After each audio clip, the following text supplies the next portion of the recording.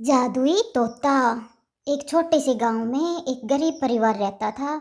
उस परिवार में श्याम और उसकी बीवी राधा अपने बेटे चिंटू के साथ रहते थे। उसी गांव में एक तोता भी रहता था, उसका नाम था मिट्ठू। वो किस्मत का धनी था, जहाँ भी जाता वहीं किसी भी चीज़ की कमी नहीं रहती थी। एक दिन मिट्ठू उड़ते उड़ते उस गरीब परिवार के घर गया। वह सोचता है, अरे वाह, आज तो मैं पेट भरकर खाना खाऊंगा, या तो अच्छा अच्छा खाना मिलेगा। वो एक टेबल पर अमरूद रखे देखता है। अरे वाह, अमरूद, मुझे तो ये बहुत पसंद आए, मैं तो पेट भर के खाऊंगा। और वो खाने लगता है अमरूद। मिट्ठू तोता अमरूद खाने ही लगता है। उसी समय राधा मिट्ठू को अमरूद खाते हुए देखती है और उसे गुस्सा करके भगा देती है। वह कहती है, भाग यहाँ से, न जाने कहाँ से आ जाते हैं, मैं तो बहुत परेशान हो गई हूँ इनसे। राधा के भगाने के बाद मिट्ठू चुपचाप घर के किसी कोने में रहने लगता है। धीरे धीरे उस परिवार में बरकत आने लगती है। एक दिन श्यामू खाना खाते खाते राधा से बातें करता है कि आजकल हमारी बहुत तरक्की हो रही है, काम भी अच्छा चल रहा है। फिर राधा कहती है, सच कहा, भगवान बस ऐसे ही हम पर मेहरबान रहे। तभी बेटा चिंटू कहता है, पिताजी मुझे भी खिलौने ला कर दो ना, मेरे सभी दोस्तों के पास खिलौने हैं। तभी श्यामू कहता है, ठीक है, ज़रूर लाऊंगा। फिर राधा कहती है, कितने खुश है सब, मेरे परिवार को किसी की नज़र ना लगे।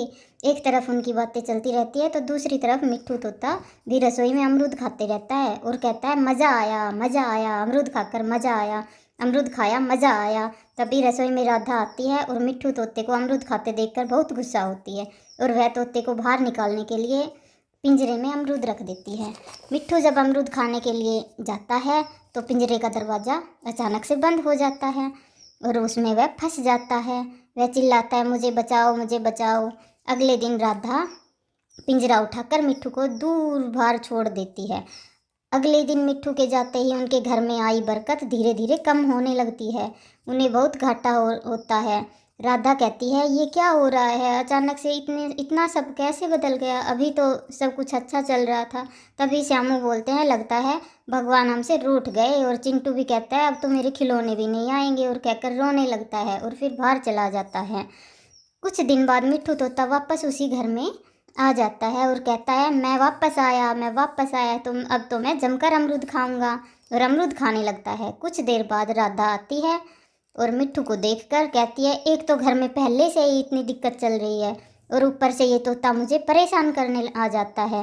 राधा मिट्ठू को भगा देती है, लेकिन मिट्ठू घर के ही किसी कोने में छुपकर रहने लगता है। फिर से कुछ दिन बाद धीरे धीरे उस घर में अच्छे दिन आने लगते हैं, बरकत आती है और सब कुछ अच्छा रहता है। एक रात जब रघु तोता अमरूद खाने जाता है तो पिंजरे में फंस जाता है और फिर कहता है, अरे ये लोग चाहते क्या हैं, आखिर एक तोते को अमरूद भी नहीं खाने देते और मैं कौन सा चोरी कर रहा हूँ, बस अमरूद ही तो खा रहा हूँ। तभी श्यामू आता है और पिंजरे में तोते को देख उसे फिर से बाहर छोड़ देता है और कहता है, ये तोता भी कितना जिद्दी है, बार बार वापस आ जाता है। जैसे ही श्यामू तोते को बाहर छोड़ के आता है, उनकी घर की बरकत फिर से जाने लगती है। काम में घाटा होने लगता है। किसी को समझ नहीं आ रहा था ऐसा क्यों हो रहा है। श्याम कहता है, मिट्ठू तोता घर आता है तो अचानक बरकत आती है। एक दिन राधा मिट्ठू तोते के घर आने के बाहर जाने की स्थिति और ध्यान से सोचती है कि ये तोता जब भी घर आता है घर में बरकत आती है और जब भी बाहर जाता है घर की बरकत जाने लगती है।